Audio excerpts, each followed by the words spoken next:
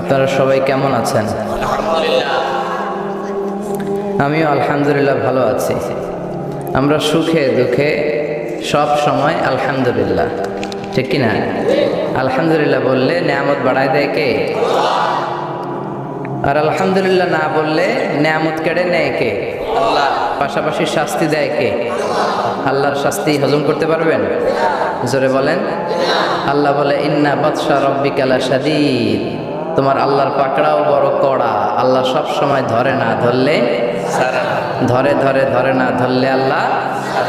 যাহারাল ফাসাদ ফিল বাররি ওয়াল বাহর বিমা কাসাবাত আইদিন নাস, জলে স্থলে এই যে অগ্নিকাণ্ড, ফাসাদ, ভূমিকম্প, বন্যা, বেকারত্বের সমস্যা, ক্ষমতার দ্বন্দ্ব, গতি নিয়ে মারামারি, এগুলো আমাদের হাতের কামাই। জোরে কোন ঠিক কিনা? আমরা যদি আল্লাহওয়ালা হয়ে যাই, আমরা যদি নামাজি হয়ে যাই, আমরা যদি কোরআনওয়ালা হয়ে যাই, আমার বাংলাদেশটারে রহমত বরকত দিয়ে ভরে দিবে কে? এজন্য যত ফাসাদ দেখা যায়, যত দুর্যোগ দেখা যায়, এগুলো আমাদের হাতের কামাই। আল্লাহ ইচ্ছে করে দেয় না। আল্লাহ বলে বান্দা যখন নাফরমান হয়ে যায় তখন আমি একটার পর একটা আযাব দিতে থাকি। বিশ্বনবী বলেছেন তাসবির, তাসবির ছড়া চিনেন না? তাসবির সুতা ছিঁড়ে গেলে কি অবস্থা হয়? দানাগুলো টপ টপ টপ টপ করে একটার পর একটা পড়ে, একটার পর একটা, একটার পর একটা। আল্লাহ বলে তাসবির সুতা যখন ছিঁড়ে যায়, তাসবির দানা যেমনি একটার পর একটা টপ টপ করে পড়তে থাকে, আকাশ থেকে আযাব আর গজব একটার পর একটা। সিডর শেষ আইলা, আইলা শেষ মহাশেষ, মহাসেন শেষ নার্গিস, নার্গিস শেষ সুনামি, সুনামি শেষ বন্যা, একটার পর একটা আসতেই থাকবে। চিল্লা এখন ঠিক কিনা? এজন্য আযাব আর গজব আসলে আমাদের তওবা করা দরকার। তওবা করব কার কাছে? কিন্তু দুর্যোগ আসলে দেখবেন দুর্যোগ মন্ত্রী টেলিভিশনে বলবে আমরা ভূমিকম্প মোকাবেলা করব, আমরা বন্যা মোকাবেলা করব। তুমি কি বন্যা মোকাবেলা করবে? আমি আল্লাহ যদি একটা ঘূর্ণিঝড় পাঠায়, একটা ভূমিকম্প পাঠায়, পুরো 16 কোটি মানুষকে মুহূর্তের মধ্যে পাউডার বানায় দিতে পারে কে? এক ভূমিকম্প এসে লক্ষ লক্ষ মানুষকে আল্লাহ দুনিয়া থেকে বিদায় করে দিচ্ছে। এক সুনামির ধাক্কায় 1.5 লক্ষ মানুষ just swept down to the sea. সাগরের একটা পানি এসে, ঝড়ো হাওয়া এসে, একটা জলোচ্ছ্বাস এসে 1.5 লক্ষ জাপানবাসীকে সাগরের ভেতরে আল্লাহ ঢুকাইয়া দিল। জাপানের কান্টু সিটিতে এক ভূমিকম্পে 1.5 লক্ষ লোক নাই, 2-1 সেকেন্ডের কথা। ইন্দোনেশিয়ার সুমাত্রা বান্দা আচেহ প্রদেশে লাখ মানুষ নাই। তামিলনাড়ু স্টেটে হাজার হাজার মানুষ নাই। এজন্য ভূমিকম্প দুর্যোগ আসলে কখনোই বলা উচিত না যে আল্লাহর পাঠানো এই দুর্যোগ আর গজবকে আমি মোকাবেলা করব। আরে আল্লাহর পাঠানো একটা মশা মোকাবেলার ক্ষমতাও তো আমাদের নাই, ঠিক কিনা? আমাদেরকে রিজিকের ব্যবস্থা করে কে? وما من دابة في الأرض إلا على الله رزقها ويعلم مستقرها ومستودعها كل في كتاب مبين। আল্লাহ বলেন রিজিকের মালিক আমি একজন, তিনি কে? আমি আল্লাহ রিজিক দেই, মানুষগুলোরে রিজিক দেই, জিনগুলোরে রিজিক দেই, পাখিগুলোরে রিজিক দেই, সাগরের মাছগুলোরেও রিজিক দেয় কে? সাগরের তিমি মাছ সাগরের এক মাথা থেকে আরেক মাথায় খালি পেটে বের হয়ে যায়। দিন শেষে তিমি মাছের পেটটা ভর্তি করে তিমি মাছরে ফিরায় দেয় কে? বাবুই পাখি তার বাসা ছেড়ে সকালবেলা খালি পেটে বের হয়, বিকেল বেলা পাখির পেটকে ওদর পূর্তি করে পাখিটারে বাসায় ফিরায় দেয় কে? রিক্সাওয়ালার পকেটে টাকা নাই, আল্লাহর নাম নিয়ে রিক্সাওয়ালা সকালবেলায় রিক্সা নিয়ে বের হয়ে যায়, বিকেলবেলা রিক্সাওয়ালার পকেট ভর্তি করে টাকা দিয়ে পাঠায় কে? এজন্য রিজিকের মালিক একজন, দুনিয়ার কেউ রিজিক দিতে পারে না। পৃথিবীর সব রিজিকের রাস্তাগুলো যদি বন্ধ হয়ে যায়, সামান্য রিজিক তৈরি করার ক্ষমতা আমাদের আছে নাকি? এই পৃথিবীতে 4 জন বাদশা ছিলেন, 2 জন মুমিন, 2 জন কাফের, যারা গোটা বিশ্বের বাদশা। গোটা বিশ্বের 2 জন মুসলিম, 2 জন কাফের। কাফিরের একজনের নাম নামরুদ, আরেকজনের নাম বাখতানাসর। আর মুমিন একজন হচ্ছে সাইয়েদনা সুলাইমান আলাইহিস সালাম, আরেকজন হচ্ছে যুলকারনাইন। তো সাইয়েদনা সুলাইমান আলাইহিস সালাম আল্লাহকে বলল, আল্লাহ আমি গোটা বিশ্বের বাদশা, আমি গোটা পৃথিবীর সব মানুষগুলোকে একবার লাঞ্চ খাওয়াতে চাই। কি খাওয়াতে? লাঞ্চ মানে কি? দুপুরের খাবার। আল্লাহ বলবেন নো। আল্লাহ বললেন no, it's not your job সুলাইমান। সুলাইমান এটা তোমার জব না, it's my duty, it's my job, it's my business. এটা আমার কাজ, আমার কাজ তুমি করতে যাও না। সাইয়েদনা সুলাইমান বললেন, আল্লাহ আমারে ট্রাই করার চেষ্টা দেন, সুযোগ দেন, আমাকে একটু ট্রাই করার সুযোগ দেন, চেষ্টা করার সুযোগ দেন। আমি একটু চেষ্টা করতে চাই গোটা বিশ্বের সব প্রাণীকুলকে, মৎস্যকুলকে, জিনকুলকে, মানবকুলকে খাওয়াতে চাই। আল্লাহ বললেন, সুলাইমান এইটা তোমার কাজ নয়, তুমি পারবা না, কাজটা কার? আমি রিজিক দেই। সেদিন সুলাইমান বললেন, লেট মি ট্রাই, আমাকে একটু চেষ্টা করার তৌফিক দেন, আমি একটু করি, দেখি না পারি কিনা। আল্লাহ রাজি হয় না, সুলাইমান নবীও ছাড়ে না, ভেজাল আছে না নাই? সুলাইমান আলাইহিস সালামের জোরাজুরিতে আল্লাহ রাজি হলেন। সৈয়দনা সুলাইমানের অনুসারী ছিল জিনেরা, জিনেরা আবার ওনার কথা শুনতো। উনি জিনদের নিয়ে গোল টেবিল বৈঠক করলেন আর বললেন, সাগরের তীরে বিশাল বড় বড় ডেগের মধ্যে রান্না করো, আফ্রিকার গরুগুলোকে ফ্রাই করো, তিমি মাছগুলোকে ভুনা করো, খাসিগুলোকে রেজালা করো, পোলাও করো, খিচুড়ি করো, বিরিয়ানি করো, সব ধরনের খাবার জমা করো। অমুক অমুক দিন দুপুর বেলায় আমি সৈয়দনা সুলাইমান আলাইহিস সালাম গোটা বিশ্বের সবাইকে দুপুরের খাবার খাওয়াবো। জিনেরা বড় বড় পাতিলে রান্না করা শুরু করে দিল। রাতে রাতে সাগরের তীরে 40 কিলোমিটার এরিয়ার মধ্যে রান্নার স্তূপ। চলে আসলো সেই মাহেন্দ্র দিন, যেদিনে না লাগবে না, যেদিন খাওয়ানো হবে ওই দিন সবাই এসেছে। সৈয়দনা সুলাইমান উদ্বোধনী ভাষণ দিবেন। উনি বলতে শুরু করলেন, জিনেরা লাইন ধরবে এদিকে, মাছেরা লাইন ধরবে এদিকে, পাখিগুলো লাইন ধরবে এদিকে, মানুষগুলো লাইন ধরবে এদিকে, সবাই লাইনে লাইনে এসে খাবার খেয়ে যাও। সাগরের ভেতর থেকে বিশাল এক তিমি মাছ এসে বলে, সুলাইমান আমি লাইন মানি না। কি মানি না? আমারে বেলাইনে খাবার দাও। সেদিন সুলাইমান বললেন, আমি নবী মানুষ, আমি বেলাইন করতে পারি না। তিমি মাছ বলে, আমার পেটে প্রচন্ড ক্ষুধা, এই ক্ষুধায় যদি আমি মরে যাই তাহলে কিয়ামতের দিন আল্লাহ তোমারে ছাড়বে না, কারণ আমি তোমার মেহমান হয়ে এসেছিলাম। ঝামেলা আছে না নাই? সেদিন সুলাইমান বললেন, বিপদে কি করি, আসলেই তো এই তিমি মাছ আমার মেহমান, আজকে না খেয়ে যদি মারা যায় কিয়ামতের দিন আল্লাহ আমারে ছাড়বে না। সেদিন সুলাইমান বললেন, ঠিক আছে, শুধু এই তিমি মাছের জন্য বেলাইন, বাকি সবাই লাইনে খাবে। কিছু লোক আছে দেখবেন সব জায়গায় বেলাইন করে, আছে না নাই? র্যাব আছে, পুলিশ আছে, এর ফাঁকে বেলাইন করে ফেলায়, আছে না নাই? তো সাইয়েদনা সুলাইমান জিনদের আদেশ করে দিল, যাও আফ্রিকার একটা গরু, রোস্ট করা একটা গরু তিমি মাছের পেটের ভিতরে ঢুকায় দাও। তিমি মাছ বলল, সুলাইমান আমি হা করে রাখবো আমার মুখটা, যতক্ষণ না আমার পেট না ভরে তুমি খাবার দিতে থাকবা, পেট ভরে গেলেই মুখ বন্ধ করে ফেলবো। সাইয়েদনা সুলাইমানের কথা অনুযায়ী জিনের বাদশা একটা আস্ত গরু ফ্রাই করা তিমি মাছের পেটের ভিতরে ঢুকাই দিছে, কিন্তু তিমি মাছ হা করে আছে। সাইয়েদনা সুলাইমান বললেন, কয়েকটা খাসি মেরে দাও। একটা খাসি দিয়ে দিল, তারপরও হা করে আছে। বড় বড় ডেক থেকে পোলাও দাও, খিচুড়ি দাও, বিরিয়ানি দাও, আরো কয়েকটা গরু দাও, হা করে আছে। আরো কয়েকশো গরু দাও, হা করে আছে। আরো কয়েক হাজার গরু দাও, হা করে আছে। সুবহানাল্লাহ কইবেন না? দিতে দিতে 1 কিলোমিটারের খাবার নাই, 2 কিলোমিটারের খাবার শেষ, 10 কিলোমিটারের খাবার শেষ, 20 কিলোমিটার শেষ, 30 কিলোমিটার শেষ, 40 কিলোমিটারের খাবার শেষ। এখনো তিমি মাছের মুখটা হা করা আছে না নাই? সাইয়েদনা সুলাইমান সেজদায় পড়ে গেলেন, ডেকে বললেন, আল্লাহ আমি বুঝি নাই, গোটা বিশ্বের সবাইকে তো দূরের কথা, একটা মাছরেও তো রিজিক দিতে পারলাম না। তিমি মাছ এখনো হা করা, ডেকে বলে, সুলাইমান প্রতিদিন রব্বুল আলামিন 3টা লোকমা খাবার আমারে খাওয়ায়, তুমি 40 কিলোমিটারের খাবার পেটে দিয়েছো, কিন্তু আল্লাহর 3টা লোকমার একটা লোকমার সমানও হয় না। বিশ্বনবীও কিন্তু কালেকশন করতেন। বিশ্বনবী ঈদের নামাজের পরে মহিলাদেরকে বললেন, তাসাদ্দাকনা, মদিনার মহিলারা তোমরা বেশি বেশি দান খরচ করো, কারণ মেরাজের রাতে আমি দেখেছি পুরুষদের চেয়ে তোমরা নারীরা বেশি জাহান্নামী।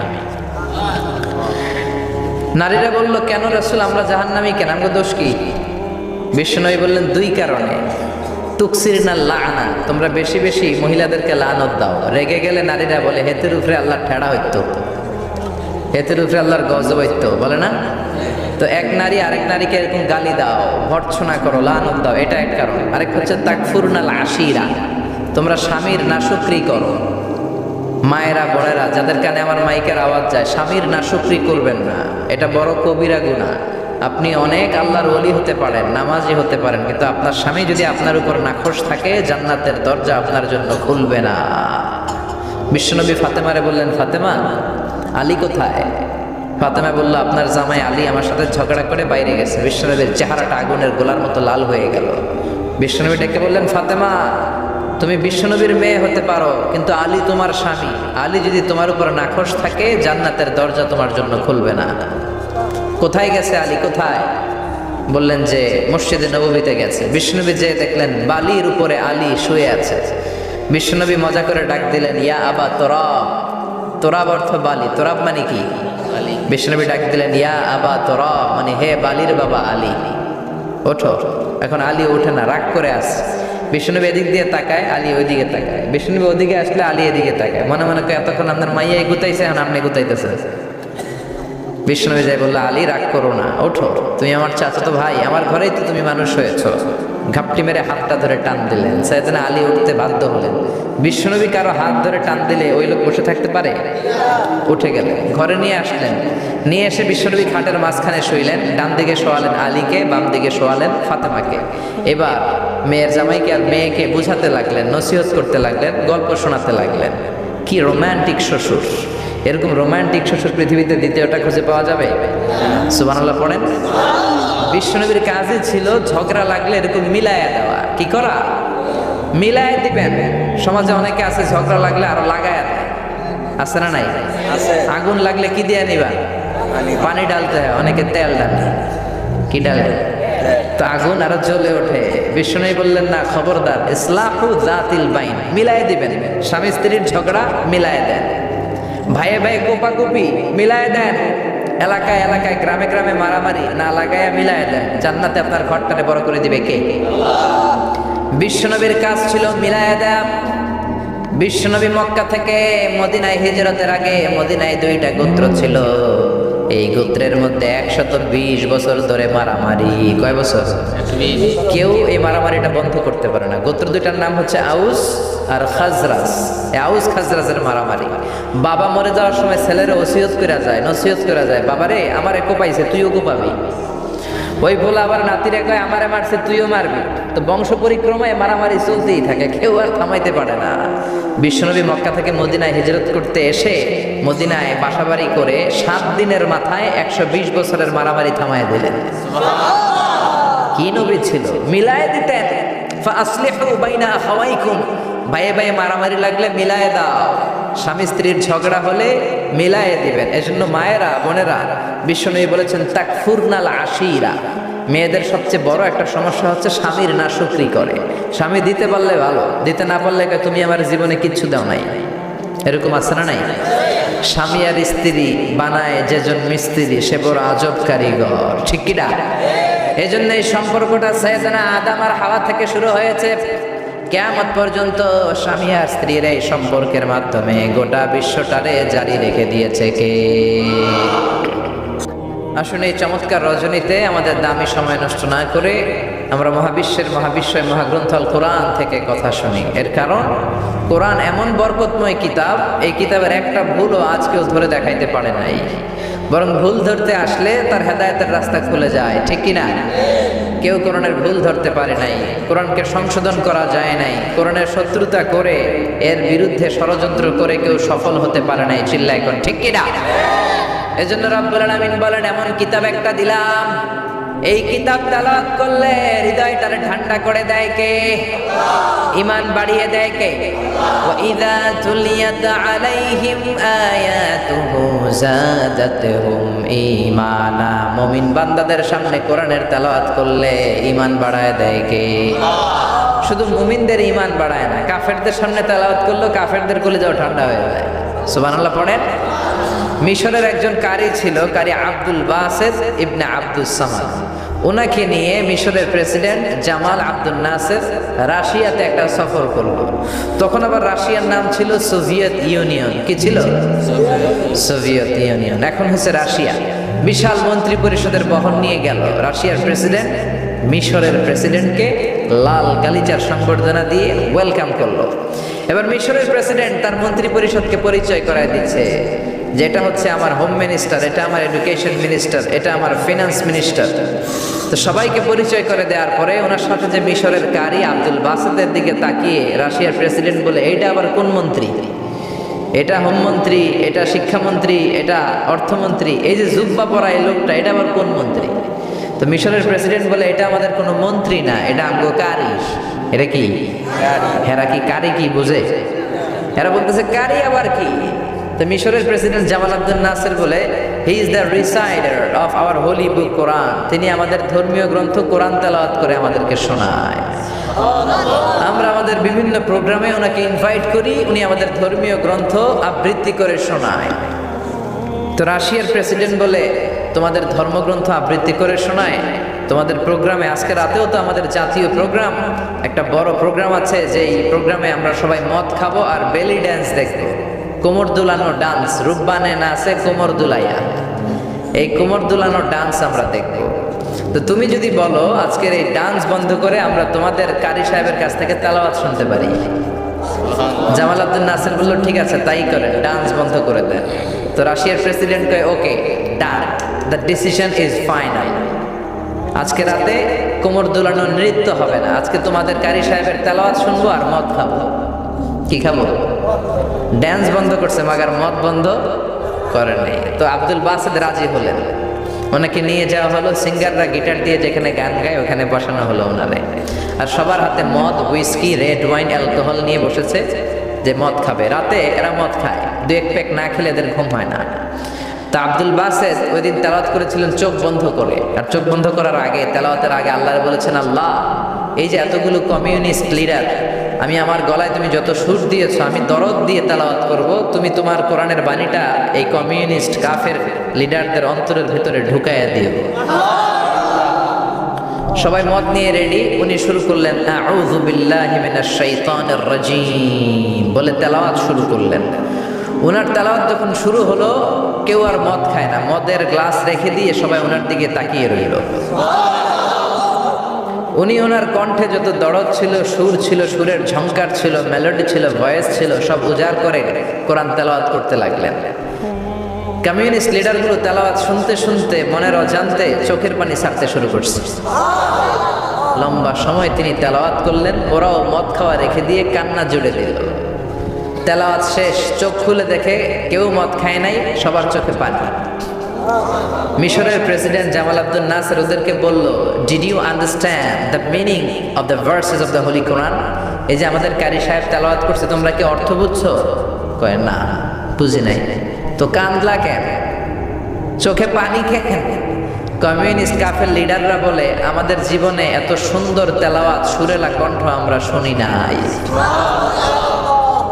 এই তেলাওয়াতটা শুনে আমাদের হৃদয় ঠান্ডা হয়ে গেছে, যদিও বুঝি না কিন্তু হৃদয়টা ঠান্ডা ঠান্ডা লাগে, অন্তরটা প্রশান্ত প্রশান্ত লাগে। আমাদের অন্তরে অনেক জ্বালা, অনেক যন্ত্রণা, আমাদের অনেক দুঃখ আর কষ্ট, এগুলোকে ভুলে থাকার জন্য আমরা রাতে বেলি ড্যান্স দেখি আর মদ খাই। তবে এরকম কারি যদি আমাদের দেশে থাকতো, আমরা বেলি ড্যান্স না দেখে প্রতিদিন রাতে তেলাওয়াত শুনতাম। ওই কোরআন আজও আছে না নাই? এই পৃথিবীতে আল্লাহ যত নবী পাঠিয়েছেন, যত রাসূল পাঠিয়েছেন, সব রাসূলের দাওয়াত ছিল একটা। কয়টা? কোন নবীর সাথে আরেক নবীর কথার কোনো গরমিল ছিল নাকি? এক নবী বলছে আল্লাহর ইবাদত করো, আরেক নবী এসে বলছে কৃষ্ণের ইবাদত করো, এরকম হয়েছে? এক নবী বলে আল্লাহর ইবাদত করো, আরেক নবী বলে গৌতম বুদ্ধের ইবাদত করো, এরকম আছে নাকি? সব নবীরা বলেছে ইয়া কওমি ইবুদুল্লাহ মা লাকুম মিন ইলাহিন গায়রুহু আফালা তাত্তাকুন। ও আমার কওমের লোকেরা, ইবাদত করবা একজনের, তিনি কে? তাহলে আল্লাহ বললেন গোলাম আমার ফয়সালা দুইটা। প্রথম ফয়সালা আল্লাহ তা'বুদু ইল্লা ইয়া, ইবাদত আমি আল্লাহ ছাড়া অন্য কারো করা যাবে না। যার ইবাদত করা হয় তারে বলা হয় আরবিতে মাবুদ। আমাদের মাবুদ কে? আমাদের মাবুদ হচ্ছে আল্লাহ। তাহলে আল্লাহর প্রথম ফয়সালা, ইবাদতের হকদার, ইবাদত পাওয়ার উপযুক্ত মহাবিশ্বে কেবল একজন সত্তা, তিনি কে? আল্লাহর এই ফয়সালার সাথে, সিদ্ধান্তের সাথে আপনার একমত? দ্বিমত নাই কেউ? কেউ নাই? তাহলে দ্বিতীয় ফয়সালাটা শুনি। হ্যাঁ, আল্লাহ বললেন ওয়াবিল ওয়ালিদাইনি ইহসানা। আমি আল্লাহর প্রথম ফয়সালা, আমি ছাড়া কারো ইবাদত চলবে না। আমি আল্লাহর দ্বিতীয় ফয়সালা, মাতা পিতার সাথে তোমরা ইহসান করবা, মাতা পিতার সাথে ভালো আচরণ করবা, মাতা পিতার কাছ থেকে দোয়া নিবা। আল্লাহর দ্বিতীয় ফয়সালা মা বাবাকে নিয়ে, প্রথম ফয়সালা আল্লাহকে নিয়ে। স্বয়ং আল্লাহর ব্যাপারে আল্লাহ বললেন আমার ইবাদত ছাড়া অন্য কারো ইবাদত চলবে না। দ্বিতীয় ফয়সালা বললেন আমার ইবাদতের পরেই যে বড় ফরজটা তোমাদের উপর আমি চাপিয়ে দিলাম, মাতা পিতার খেদমত। চিল্লায় কোন আল্লাহু আকবার। আল্লাহর ইবাদত করা যেমনি ফরজ, মা বাবার খেদমত করা ফরজ করেছে কে? নাকি মা বাবার খেদমত নফল নাকি অপশনাল? এটা কেউ কম্পালসারি করেছে কে? মা বাবা আপনার সবচেয়ে বড় পীর, মা বাবা আপনার সবচেয়ে বড় দামি জিনিস। এই পৃথিবীর সব আল্লাহর ওলিগুলা যদি কোরআন খতম করে একটা গ্লাসের পানির মধ্যে ফু দেয়, আর আপনার জনম দুঃখিনী মা যদি শুধু বিসমিল্লাহ পড়ে আরেকটা গ্লাসের পানির মধ্যে ফু দেয়, আল্লাহর কসম আপনার মায়ের দোয়াটা আগে আগে কবুল হয়ে যাবে। ওগো মা তুমি এই ধরনের শ্রেষ্ঠ নেয়ামত, তোমারই পদতলে রয়েছে জান্নাত। ওগো মা তুমি এই ধরনের শ্রেষ্ঠ নেয়ামত, তোমারই পদতলে রয়েছে জান্নাত। ঠিক কিনা?